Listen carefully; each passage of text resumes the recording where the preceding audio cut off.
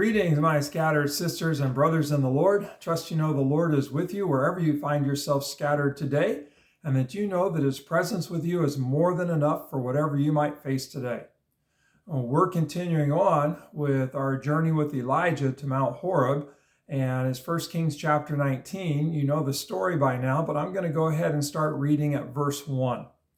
So now Ahab told Jezebel everything Elijah had done and how he had killed all the prophets with the sword.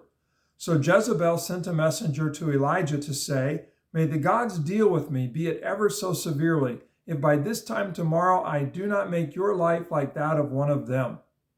Elijah was afraid and ran for his life. When he came to Beersheba in Judah, he left his servant there, while he himself went a day's journey into the wilderness.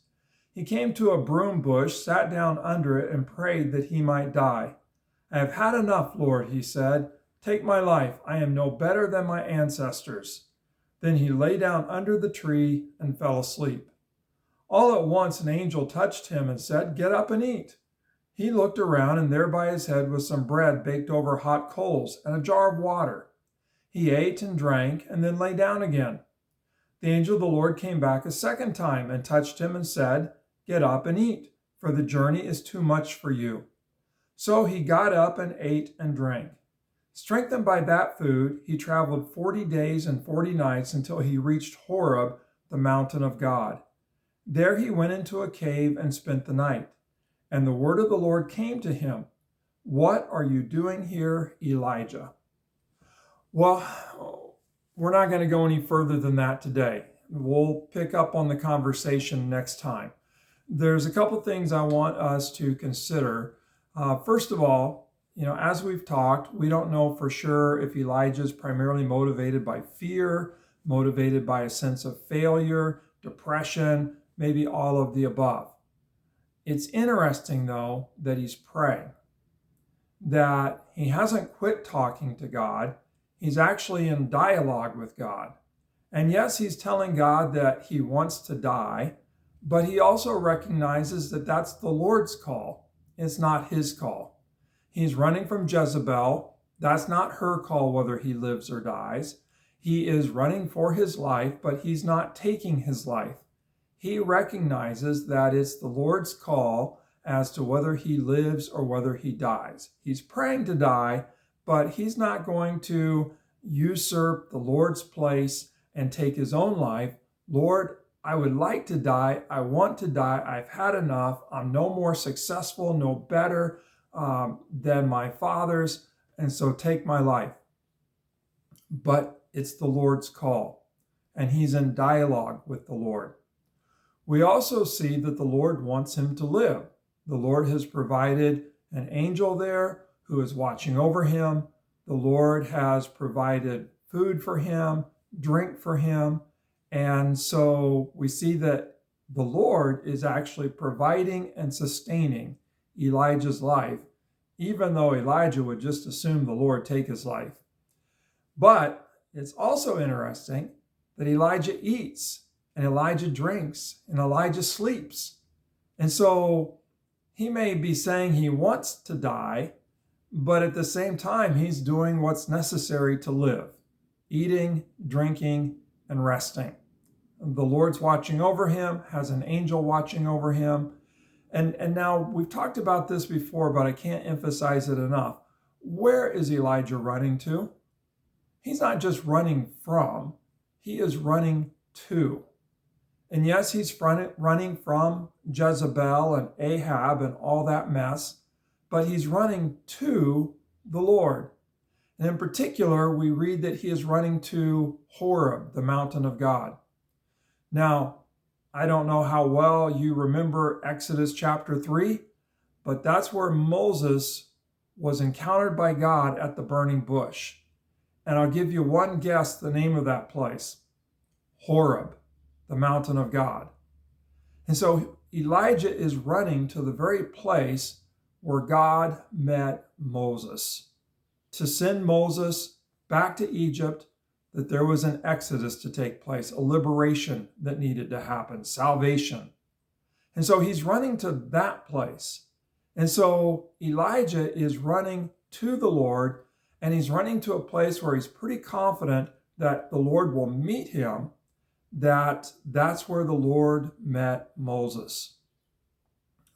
Elijah gets there. It was a 40-day, 40-night journey. I'm sure that was quite a wilderness test, but Elijah gets there, and then he comes to a cave, and he goes into the cave and spends the night in the cave.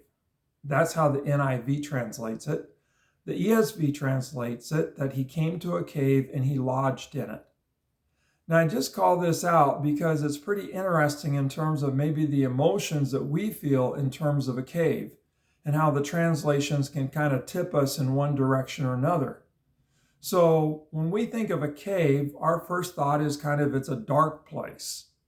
And then when we especially read that he went into the cave and he spent the night there, that we just kind of have this imagination of a very dark time, and Elijah going into this dark place and kind of spending the night there. And maybe that's a good way to think about it, but that's not necessarily the only way to think about it. As the ESV translates it, and it's probably a more literal translation, he found a cave, went into a cave, and lodged in it. So lodging and spending the night in a dark cave kind of sound a little bit different.